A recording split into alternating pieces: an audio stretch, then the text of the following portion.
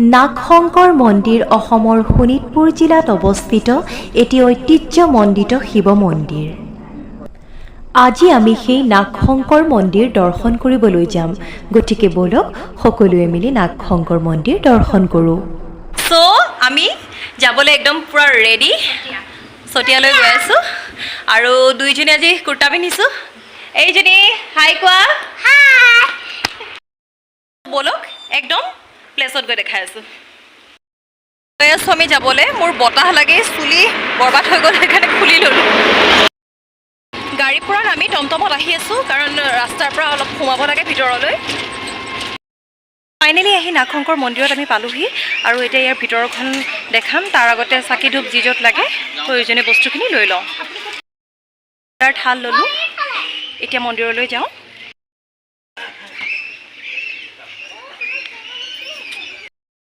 বহুত বেছি ভিৰ নাই, ইয়াতো বৰ শান্তিময় পৰিৱেশ।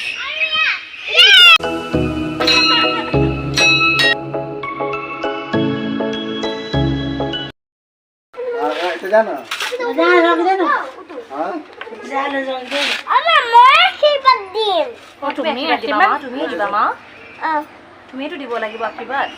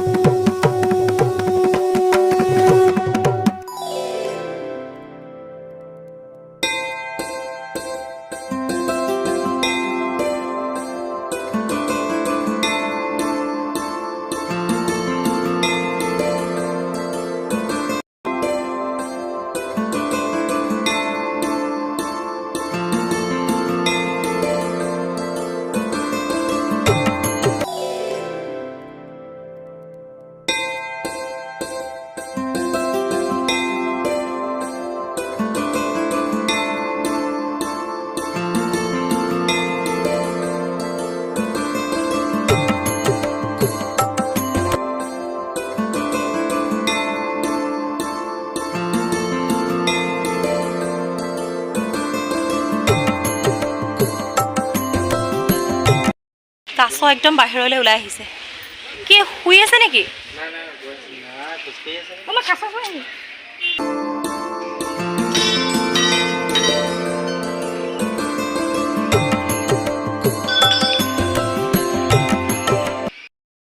ভিতৰত সোমালোঁ, এতিয়া সেৱা কৰি লওঁ।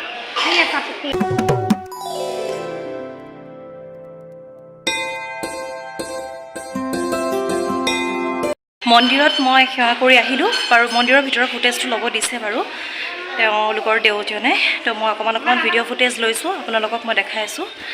আৰু ইয়াতে বহুত বেছি কাছ আছে, কাছ একদম বাহিৰলৈকে ওলাই আহিছে। এতিয়া আমি যাম কাছ চাবলৈ কাৰণে। মন্দিৰটোৰ উৎপত্তিৰ কিংবদন্তি অনুসৰি ভগৱান বিষ্ণুৱে খণ্ডিত কৰা দেৱী সতীৰ নাভি অংশ এই মন্দিৰত পৰিছিল। এই নাভি অংশ পৰা ঠাইতে শিৱলিংগ স্থাপন কৰি পৰৱৰ্তী সময়ত মন্দিৰ স্থাপন কৰা হয়। অন্য এক কিংবদন্তি অনুসৰি শোণিতপুৰত ৰাজত্ব কৰা বান ৰজাই বিশ্বনাথত দ্বিতীয় কাশী স্থাপন কৰিবলৈ বিচাৰিছিল আৰু সেই হেতুকে 1000 শিৱলিংগ স্থাপন কৰিছিল। পিছে মহাদেৱে দ্বিতীয় কাশী পৰিদৰ্শন কৰিবলৈ আহি এটা শিৱলিংগ কম দেখা পায় আৰু মনৰ বেজাৰতে শুই পৰোঁতে এই স্থানতে মহাদেৱৰ নাভিয়ে স্পৰ্শ কৰে। পিছলৈ এই স্থানতে শিৱলিংগ স্থাপন কৰি পূজা অৰ্চনা কৰি অহা হৈছে। দেও প্ৰণাম। হয়, আপুনি মোক নাগশংকৰৰ মন্দিৰৰ বিষয়ে অলপ ক'ব। নাগশংকৰ মন্দিৰ মানে বেছিকৈ ৰজাজনৰ দিনত আৰু ৰজাৰ দিনৰ স্থাপিত। তাৰপিছতে এইটো শিৱ মন্দিৰ, তাত ইয়াত নাভি পৰিছে, নাভি শিৱৰ নাভি অংশ ইয়াত আছে। মহাদেৱৰ নাভি? মহাদেৱৰ নাভি অংশ এতিয়া হয়। এই মন্দিৰটো কিমান বছৰ পুৰণা? এইটো 600-700 বছৰ। ইয়াত পাছত কৰে যে হেৰি কৰিছোঁ, হয়, ঘৰ দুৱাৰ পাছত আগতে জুপুৰি ঘৰ কাঠৰ পিঠা, হয় হয়, জাপৰ চাপৰকৈ পাছত এইবিলাক আৰু এইটো টকাৰ পৰা টকা লৈ পেলাই হেৰি কৰি বনাইছে ঘৰ। ধন্যবাদ দিয়ক। ৰজা নাগাক্ষেও এই মন্দিৰৰ প্ৰধান পৃষ্ঠপোষক আছিল। এইজন ৰজাৰ পিছত পুনৰবাৰ বহু বছৰলৈ এই মন্দিৰৰ পূজা সেৱা বন্ধ হৈ পৰে। ইয়াৰ পিছত আহোম স্বৰ্গদেউ চুচেনফাই 1480 খ্ৰীষ্টাব্দত এই মন্দিৰৰ পুনৰ নিৰ্মাণ কৰোৱায় আৰু মন্দিৰৰ নামত দেৱোত্তৰ মাটি 833 বিঘা দান কৰে। এই মন্দিৰৰ ভিতৰত গহ্বৰৰ পানীত শিৱলিংগ স্থাপন কৰা আছে। তদুপৰি বিষ্ণুমূৰ্তি, যোনিকুণ্ড, শালগ্ৰামৰ মূৰ্তি স্থাপন কৰা আছে। নাগশংকৰ মন্দিৰত পূজা অৰ্চনা কৰিলে অভীষ্ট সিদ্ধি হয় বুলি জনমানসত দৃঢ় বিশ্বাস আছে। মানে বেছি ধুনীয়া মন্দিৰটো আৰু ইমানে বেছি ভাল লাগিছে, গতিকে আপোনালোকেও ইয়াত আহিব পাৰে, আহি সেৱাভাগ ল'বহি পাৰে। সঁচাকৈ মনটো বহুত বেছি ভাল লাগে আৰু মন্দিৰত গ'লে মনটো এনেও ভাল লাগে। তো এই ঠাইখিনি আপোনালোকে আহিব পাৰে। আপোনালোকৰ বিশ্বনাথ চতিয়াত আছে, মানে হাইৱেৰ পৰা অকণমান ভিতৰলৈ আহিব লাগে। ইয়াতে টমটম পোৱা যায়। কেনেকুৱা লাগিছে? বহুত বেছি ভাল লাগিছে, আপোনালোকেও আহিব ইয়াত।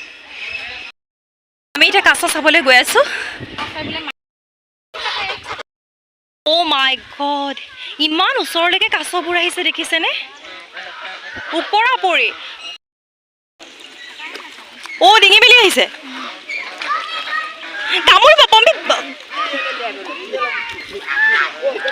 এইবোৰ চব আগুৱাই আহিছে, খানা দিয়াৰ কাৰণে চববোৰ আগুৱাই আহিছে। অবা নামিব পাৰিবি কাছকেইটাৰ লগত? অ' মাই গড, ওপৰা পৰি আহিছে, চব খোৱাত ব্যস্ত। চব এয়া বাই মাছবোৰ পেলাই দিছে, একদম মাছ খাবলৈ ওপৰা পৰি আহি গৈছে।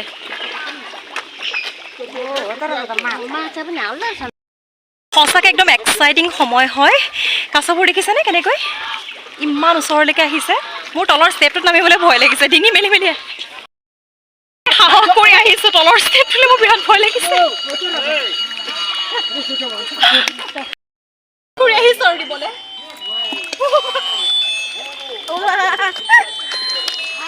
ইমান ধুনীয়াকৈ মানুহৰ মানে পুৰা চিনাকি হৈ গৈছে চাগে, মানে মানুহে এনে খাবলৈ দিয়ে বুলি গম পায় আৰু।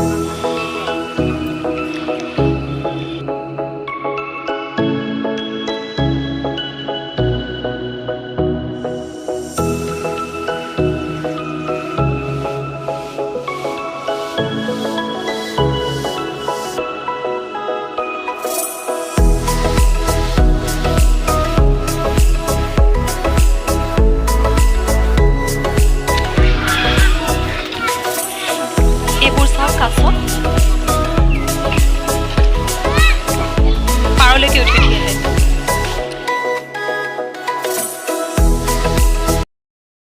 মোৰ অৱস্থা দেখি হাঁহি আছে, কাৰণ মই কাছ চুবলৈ ইমান এক্সাইটেড আৰু ইমান ভয়। বাই হাতখন ধৰি চুৱাই দিছে। ক'ৰ পৰা আহিছে আপোনালোক?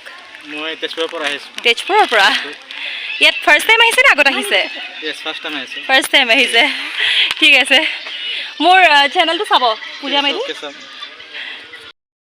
আমাৰ ছোৱালীয়ে ত্ৰিশূল এৰুৱাই পেলালে। ত্ৰিশূলডাল লৈ পেলাই চবকে খুজি ফুৰিছেগৈ, কি কৰিম। আজিৰ দিনটো আমাৰ কাৰণে সঁচাকৈ বহুত বেছি স্পেচিয়েল হ'ল। বেলেগ প্লেন কৰাও নাছিলোঁ, নাগশংকৰলৈ আহিম বুলিয়ে কৰি আছিলোঁ আৰু আহিলোঁ। আহি প্ৰথমে সেৱাভাগ ল'লোঁ, সঁচাকৈ বহুত বেছি ভাল লাগিলে। তাৰপিছতে কাছখিনিৰ লগত সময়খিনি বহুত ধুনীয়া, বহুত মানে এনজয়ফুল মমেণ্ট গ'ল ন কাছখিনিৰ লগত। মই ইমান বেছি ভয় কৰোঁ, তাই হাতেৰে চুইছে কাছৰ যিটো চলং বুলি কয় ন, ওপৰৰ সেইখিনি চলং বুলি কয় কাছৰ। তাই চুইছে, মোৰ ইমান ভয় লাগিছে, তথাপি মই এক্সাইটেড, চুবলৈ বিৰাট মন আছে। তাৰপিছত তাই কৈছে বল বল মই চুৱাই দিম। তাই মোৰ হাতখন ধৰি চুৱাই দিছে, কেনেকুৱা চিঞৰিছোঁ। বাকী এতিয়া ইয়াতে অলপ সময় কটাম, অলপ লাহেকৈ যাম ৰুমলৈ। কি মা ফুট দিবতো? অ' দিয়া দিয়া দিয়া। তাই ইয়াত থকা ত্ৰিশূলডাল এৰুৱাই পেলালে, উঠাই লৈ মানুহ খুচি ফুৰিছে ত্ৰিশূলেৰে। হ'ব হ'ব হয়।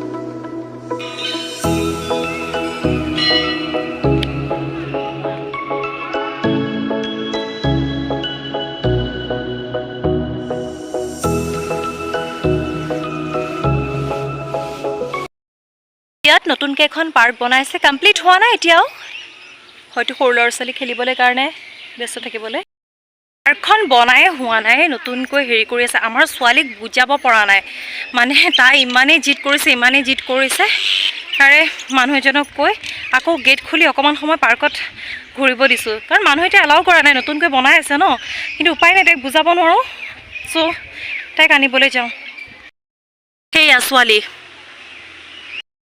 উপায় নোহোৱা হৈছে মানুহজনক কৈ মেলি তাইক যেনে তেনে পাৰ্কৰ ভিতৰত সোমোৱাইছোঁ অকলে বেলেগ মানুহ এলাও নকৰে মান্তি নাই পাত্তা নিদিয়ে সময় নাই তাই এতিয়া ছোৱালীক নিবলৈ আহি মই সোমাই আহিব লগা অৱস্থা খুৰা কামত লগাই আছে ন ছোৱালীয়ে কামত লগাই আছে ব'লা মান্তি যাবগৈ লাগে ন মা যাবগৈ এতিয়া খেলিবলৈ পালে নাযায় এতিয়া তাকে মোৰ ছোৱালী এটা আছে একে ডাঙৰ বাৰু কান্দিছিল একদিন পৰি যাবা মা ধৰি লোৱা অলপ খেলাৰ পিছত নাযায় উপায় নাই কণ্ট্ৰল কৰিব নোৱাৰে ছোৱালীক মানে এচাৰি দেখাই আনিব লগা হৈছে মানুহজনে এচাৰি দেখাওঁতেহে আহিছে উপায় নাই মানে কিবাকে আনিছোঁ কেনেকুৱা লাগিল পাৰ্কত কেনেকুৱা লাগিল নোহোৱা পাৰ্কখনত ভাল লাগে বনাই নোহোৱা পাৰ্কখনত ভাল লাগিল তাইৰ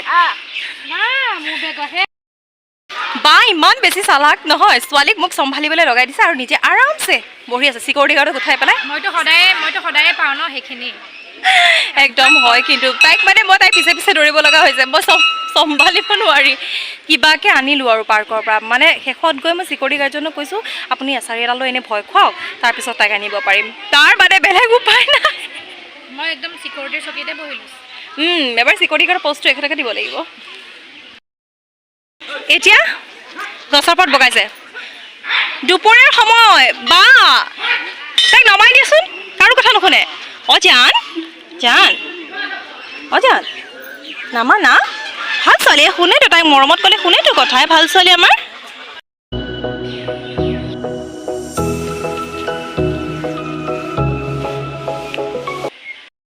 এতিয়া আমি ভোগ খাবলৈ আহিছোঁ